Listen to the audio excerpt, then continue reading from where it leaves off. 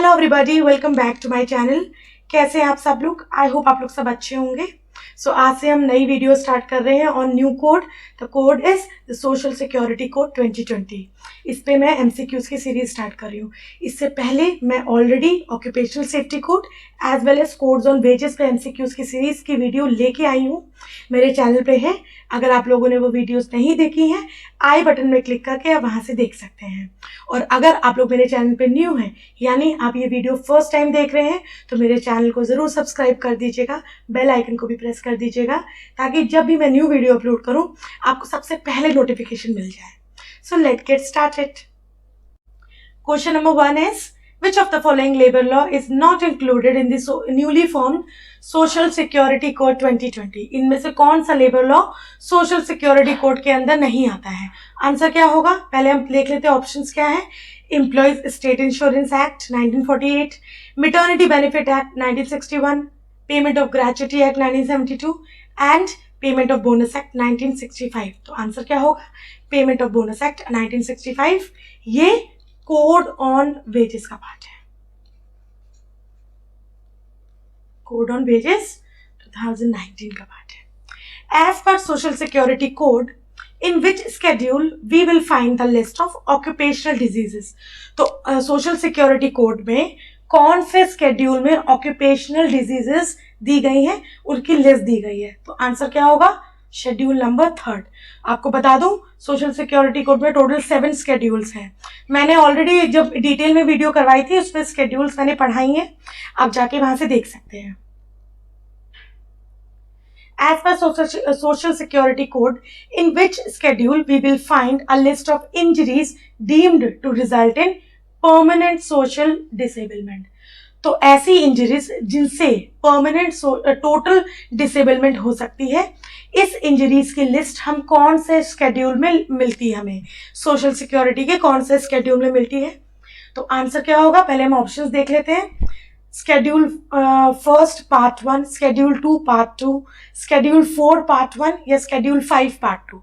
Answer क्या होगा? Schedule 4 का पार्ट 1। तो स्केड्यूल 4 के पार्ट 1 में हमको क्या मिलती है? वो इंजरीज की लिस्ट मिलती है जिस इंजरीज से परमानेंट टोटल डिसेबलमेंट हो सकता है। Now fourth question, social security code, as per social security code, in which schedule we will find the list of injuries deemed to result in permanent partial disablement? अब ऐसी injuries की list, ऐसी injuries जिनसे permanent partial disablement हो सकता है, वो हमको कौन से स्केड्यूल में मिलती है? तो आंसर क्या होगा? जाहिर सी बात है, ऊपर क्या था, देखो दोनों सेम ही स्केड्यूल्स हैं, इसके ध्यान रखना। मतलब जो इंजरीज हैं, चाहे वो परमानेंट टोटल डिसेबलमेंट हो जिससे, या परमानेंट पार्शियल डिसेबलमेंट हो, ये इंजरीज के बारे में हमको कहाँ देखने को मिलता है? स्केड्यूल 4 में। ठीक है। अब स्केड्यूल 4 के पार्ट 1 में हमको वो इंजरीज मिलती हैं जिनसे परमानेंट टोटल डिसेबलमेंट हो सकता है। नाउ स्केड्यूल 4 के पार्ट 2 में हमको कौन सी इंजरीज मिलती हैं जिनसे परमानेंट पार्शियल डिसेबलमेंट हो सकता है? तो इसको ध्यान में रखना। स्केड्यूल 4 में पार्ट 1 में टोटल परमानेंट टोटल डिसेबलमेंट है, स्केड्यूल 4 के पार्ट 2 में परमानेंट पार्शियल डिसेबलमेंट है। Now the question number 5, as per social security code, in which schedule we will find the matters provided in the schemes? अब कौन से schedule में schemes से related matters दिए गए हैं? तो आंसर क्या होगा? Schedule 5। As per social security code, in which part of schedule 5 we will find the list of matters provided for pension scheme? अब स्कीम के बारे में स्केड्यूल 5 में दिया गया है। अब स्केड्यूल 5 में भी पार्ट्स हैं, ठीक है। तो इससे पूछ रहा है कि कौन से पार्ट में वो मैटर्स हैं जो मैटर्स पेंशन स्कीम के बारे में बात करते हैं। तो वो कौन सा पार्ट है? Part B.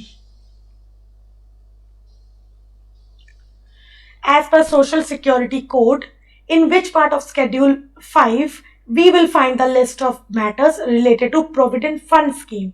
अब प्रोविडेंट फंड स्कीम से रिलेटेड मैटर्स स्केड्यूल 5 के कौन से पार्ट में दिए गए हैं? तो आंसर क्या होगा? पार्ट ए में। पार्ट बी में क्या था? Pension scheme. पार्ट ए में क्या है? Provident fund scheme. Now the question number 7, As per Social Security Code, in which part of Schedule 5 we will find the list of matters related to employees deposit linked insurance scheme. तो deposit link insurance scheme से related matters Schedule 5 के कौन से part में हमको मिलते हैं? Part सी में. ठीक है, तो इसको ध्यान में रखना आप. पार्ट ए में we'll find the matters related to provident fund scheme. Part B में we'll find the matters related to pension scheme. And part C में the matters are employees deposit linked insurance scheme. I hope आपको ये confusion नहीं होगा और अच्छे से समझ में आ गया होगा. Now moving to question number 8. As per Social Security Code, classification of aggregators are given under which schedule? तो कौन सी schedule में aggregators का classification दिया गया है? तो आंसर क्या होगा? Schedule 7. As per Social Security Code, who among the following is not a dependent of deceased employee? तो अगर एक एम्प्लॉय मर जाता है, उसकी डेथ हो जाती है, कोई भी कारण हो सकता है, डिजीज, एक्सीडेंट, व्हाटएवर, तो उसके जो फैमिली मेंबर्स हैं जो उस पर निर्भर करते हैं, इनमें से कुछ लिस्ट हमारे कोड में दी गई है. तो ये पूछा गया कि इनमें से कौन डिपेंडेंट की कैटेगरी या डेफिनेशन के अंडर फॉल नहीं करता है. तो ऑप्शंस क्या है? Window, then we have minor legitimate or adopted son, then we have an unmarried illegitimate daughter, and then we have widowed mother. तो आंसर क्या होगा? unmarried illegitimate daughter. Who among the following is not an employer as per Social Security Code? अब Social Security Code के अंदर employer की definition भी दी गई है. तो ये पूछा गया कि इनमें से कौन सी definition employer की definition नहीं है या इनमें से कौन सा person employer की definition से बाहर है. तो पहला क्या है? In relation to establishment which is a factory. तो occupier of the factory. हाँ, अगर वो factory है तो उस factory का occupier employer कहलाएगा. देन अगर वो माइन है तो वहां का ओनर एम्प्लॉयर कहलाएगा. एक कॉन्ट्रैक्टर को भी हम एम्प्लॉयर की कैटेगरी में ही डालते हैं. Then we have legal representative of an employer. तो legal representative of an employer की कैटेगरी में नहीं आता है. तो आंसर ये होगा, लेकिन legal representative of a deceased employer का मतलब है वो एम्प्लॉयर जिसकी डेथ हो चुकी है, उस एम्प्लॉयर का कोई लीगल रिप्रेजेंटेटिव है जो उसको रिप्रेजेंट कर रहा है, कोई लॉयर, उसको हम एम्प्लॉयर मानते हैं. तो यहाँ पर एम्प्लॉयर केवल लिखा गया है, इसलिए ये ऑप्शन इसलिए इस ऑप्शन को चूज करा गया है. अदरवाइज जो कोड है उसमें क्या है? Legal representative of an deceased employee को क्या माना, डिसीज्ड एम्प्लॉयर को क्या माना गया है? एम्प्लॉयर ही माना गया है. As per Social Security Code, how many employees should be working with the aid of power in a premises to call it a factory? किसी प्रीमाइसिस को अगर फैक्ट्री की डेफिनेशन में फॉल करवाना हो तो वहां पर कितने एम्प्लॉयज को काम, मतलब कितने एम्प्लॉयज काम करते हुए होने चाहिए with the help of the power. Electricity की मदद से कितने एम्प्लॉयज काम करेंगे कि उसको हम पर्टिकुलर जगह को हम फैक्ट्री बोल सकते हैं. तो आंसर क्या होगा? 10. तो इसमें 10 है. ऑक्यूपेशनल सेफ्टी कोड में 20 था, तो इसको आप प्लीज मतलब वो मत करिएगा, मिक्सअप मत करिएगा, अलग अलग है. जब कोड्स देखो, ये सोशल सिक्योरिटी कोड अलग है, ऑक्यूपेशनल सेफ्टी कोड अलग है, आप दोनों को मिक्स मत करना. ठीक है. Now we have another question number 12. As per Social Security Code, who among the following will come under the definition of a family? अब एम्प्लॉय की फैमिली की डेफिनेशन में इनमें से कौन कौन आता है, कौन कौन फॉल करता है. तो हम पहले ऑप्शंस पढ़ लेते हैं. A spouse, a minor legitimate और adopted child dependent upon the employee और an unorganized worker as the case may be. The third is a child who is wholly dependent on the earning of an employee or an unorganized worker and who is receiving education till he attains the age of 21 years. And fourth option is a child who is wholly dependent on earnings of the employee or an unorganized worker and who is receiving education till he attains the age of 18 years. तो इनमें से कौन सा term या कौन सा option family की category में नहीं आएगा? तो आंसर क्या होगा इसका? मैं इसको रब कर देती हूँ ताकि आप लोगों को कंफ्यूजन ना हो। आंसर होगा इसका fourth.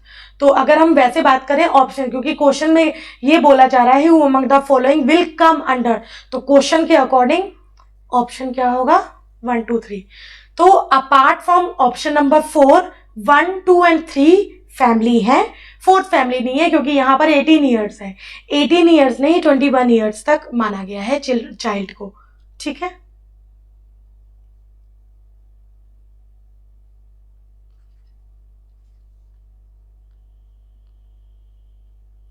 as per social security code, what is the wage ceiling of an interstate migrant worker? interstate migrant worker की क्या wage ceiling है? तो आंसर क्या होगा? 18,000। as per social security code, what is the age for superannuation as provided under the code?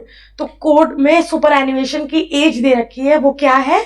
Answer क्या होगा? 58 years.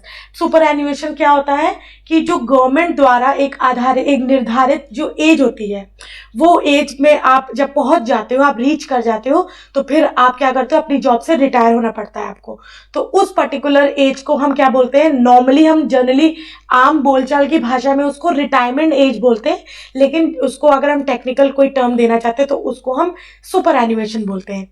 तो इन codes में या लेबर लॉज में, जैसे कि ग्रेचुटी लेबर लॉ में, रिटायरमेंट जो टर्म है वो किसको दिया गया है? वॉलंटरी रिटायरमेंट को।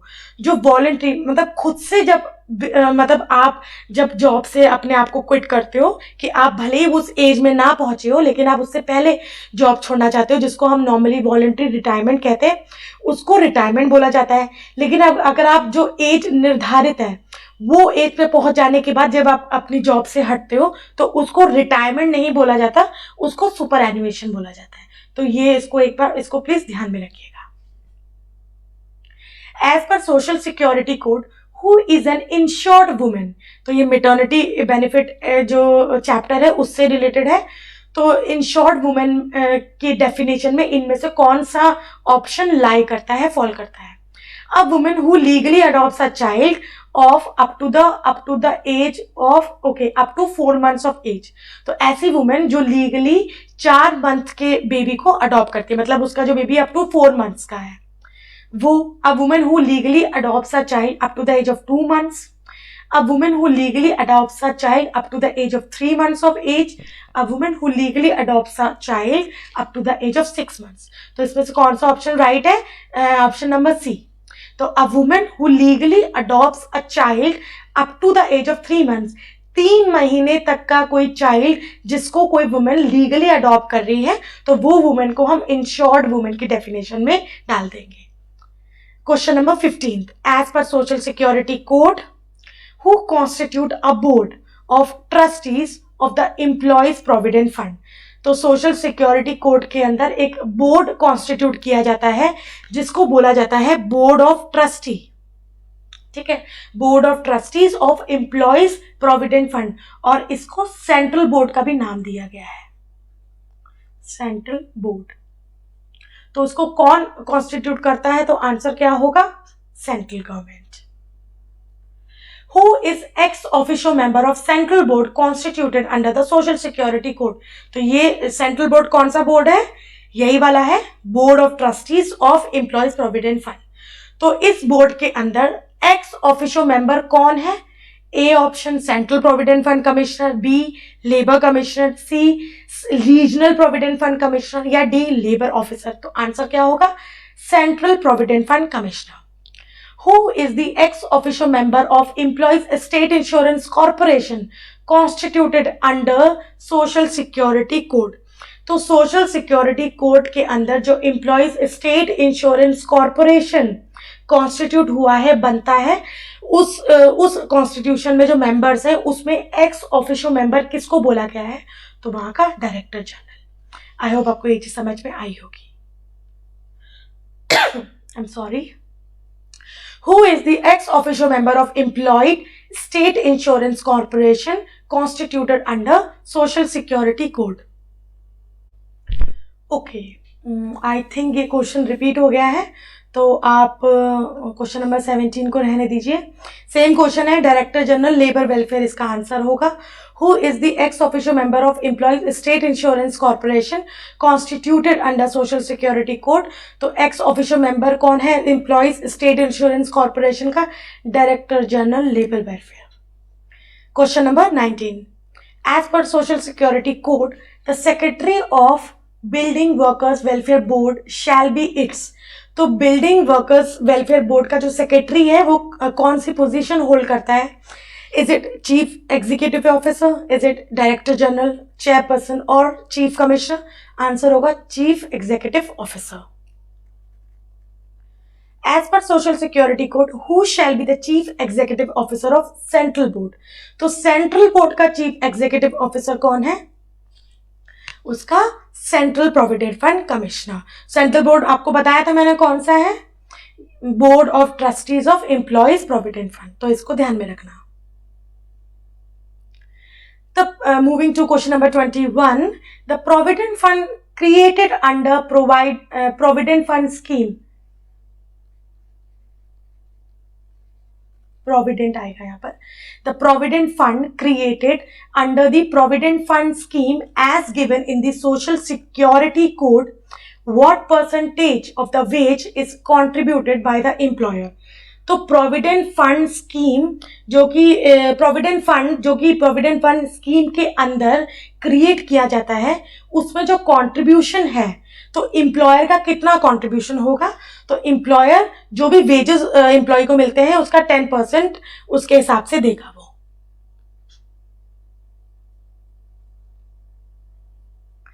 As per Social Security Code, the contribution of the employer to the pension fund established under pension scheme. तो अभी तक हमने पढ़ा प्रोविडेंट फंड वाला, ठीक है। तो अब पेंशन स्कीम के अंतर्गत जो पेंशन फंड क्रिएट किया जाता है उस फंड में कंट्रीब्यूशन कितना है एम्प्लॉयर का? तो आंसर क्या होगा? 8.33%। As per Social Security Code 2020, the contribution of employer to the deposit linked insurance fund. तो deposit linked insurance fund जो क्रिएट किया जाता है अंडर द इंश्योरेंस स्कीम, उस फंड में एम्प्लॉयर का कितना कंट्रीब्यूशन है? तो आंसर क्या होगा? 1%। As per social security code, any person aggrieved by any order passed by an authority in regard to determination and assessment of dues. तो determination and assessment of dues से related अगर कोई matter है जिसके matter के against अगर कोई person appeal करना चाहता है टू द ट्रिब्यूनल, तो वो कितने टाइम पीरियड के अंदर अपील कर सकता है टू द ट्रिब्यूनल? वो है आंसर 60 डेज के अंदर। तो जब भी वो मैटर जो ऑर्डर पास हुआ है, जो जिस दिन भी वो पास हुआ है उस दिन से 60 डेज के अंदर वो क्या कर सकता है? ट्रिब्यूनल को अपील कर सकता है। As per the Social Security Code, an employee who has been working in an establishment for a year or more has to make nominations within how many days after the commencement of the code rules? Options क्या है? 90 days, 60 days, 30 days, 15 days. तो answer होगा 90 days. As per provisions of Social Security Code, the employer shall get the service particulars of the employee verified with reference to the records of the establishment within how many days of the receipt of nomination. तो nomination की जब application employer के पास जाती है तो उसको एक particular time period के अंदर एम्प्लॉय की सारी डिटेल्स को वेरीफाई करवाना पड़ता है। तो इसमें पूछा जा रहा है कि कितने टाइम पीरियड के अंदर उसको सब वेरिफिकेशन करवाना पड़ेगा। Then the answer is within 30 days. An employee who is eligible for payment of gratuity under the code shall apply ordinarily within how many days from the date of gratuity becomes payable to the employer? तो जिस दिन भी उस employ की, अगर वो employ eligible है gratuity के लिए और जिस दिन से उसकी ग्रेचुटी पेबल बनना स्टार्ट हो जाएगी, उस दिन से कितने टाइम पीरियड के अंदर वो अप्लाई कर सकता है for the payment of the gratuity to the employer? And the answer is within 30 days. Now moving to question number 28. As per the provisions of Social Security Code, if an employer having received an application, तो यहाँ gratuity की बात हो रही है, इसको ध्यान में रखना, ये gratuity से related है. If an employer having received an application fails to issue notice as required within the time specified, तो ग्रेचुटी से रिलेटेड जब उसको एम्प्लॉय के थ्रू एप्लीकेशन मिल जाती है, तो अगर एम्प्लॉयर उसके बाद उस एप्लीकेशन के बाद जो प्रॉपर काम है कि उसको इशू करना है नोटिस कि हाँ एम्प्लॉय को इतनी ग्रेचुटी मिलनी है, सब इतना after the all the calculations and all, अगर वो इस काम के लिए फेल हो जाता है, then the claimant employee himself, और अगर एम्प्लॉय नहीं है मतलब डेथ हो चुकी है, तो उस केस में उसका नॉमिनी या लीगल एयर क्या कर सकता है, कॉम्पिटेंट अथॉरिटी को अप्लाई कर सकता है. तो कितने दिन के अंदर, within how many days they have to apply to the competent authority, then the answer would be within 180 days. As per the provisions of Social Security Code, no employer shall knowingly employ a woman in any establishment during what period immediately following the day of her delivery, miscarriage or medical termination of the pregnancy.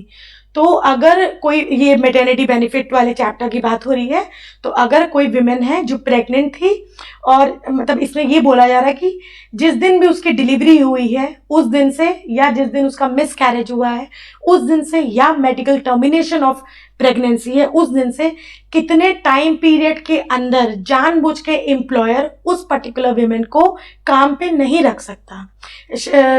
Knowingly in any establishment, employer shall knowingly employ a woman in any establishment, तो within 6 weeks, तो जिस दिन भी उसकी delivery हुई है, delivery से 6 weeks के मतलब डिलीवरी की डेट से 6 weeks तक वो काम नहीं कर सकते, एम्प्लॉयर उसको एम्प्लॉय नहीं कर सकता. इधर डिलीवरी डेट या मिसकैरेज हुआ है तो miscarriage, medical termination of pregnancy है तो मेडिकल टर्मिनेशन ऑफ प्रेगनेंसी, तो 6 हफ्तों विद इन 6 weeks वो काम में नहीं आ सकती. As per the provisions related to maternity benefit given under the Social Security Code, the average daily wage means the average of women's wages payable to her for the days on which she has worked during the period of how many calendar month immediately preceding the date from which she absents herself on the account of maternity. तो जिस दिन भी उसको absent होना है, मतलब जो maternity benefit के लिए जो मेटर्निटी लीव ली जाएगी उस दिन से कितने टाइम पहले तक उसको, मतलब जो एवरेज डेली वेज है उसका जो कैलकुलेट होगा, तो वो कितने टाइम पहले से कैलकुलेट होगा. इसमें मंथ्स पूछे गए हैं. एवरेज डेली वेज में क्या एवरेज, कितने मंथ्स का एवरेज निकाला जाएगा, the answer is 3 months, 3 calendar months. तो CM इज कैलेंडर मंथ्स, तो यहाँ पर क्या आएगा, during the period of 3 calendar months. ये एज इट इज है, मतलब इस पे क्या बोला गया है कि as per the provisions related to maternity benefit given under the social security code, the average daily wage means, average daily wage का क्या मतलब है, means the average of women's wages.